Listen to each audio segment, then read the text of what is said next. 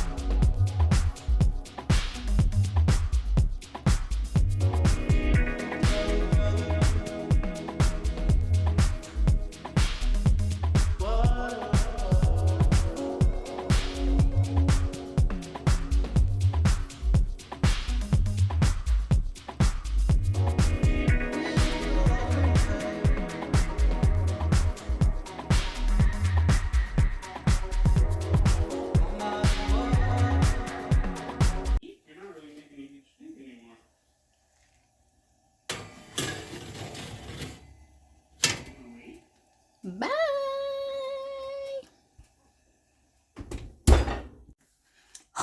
I almost forgot the most important ingredient, the olives. What a sin. Let's pop those on there. And if you know me personally, you know a girl likes her olives. I like my olives with a side of pizza. You know what I'm saying?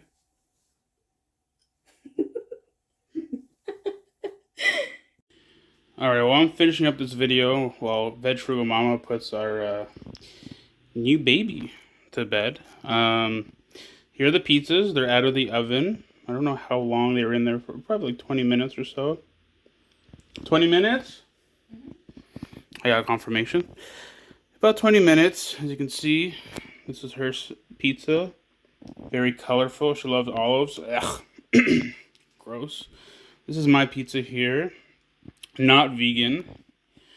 I do eat a lot of her vegan dishes, but this is not one of them. There's only pepperoni and cheese are the only two things. I guess it's half the ingredients, but our fresh looking pizzas, they look very delicious.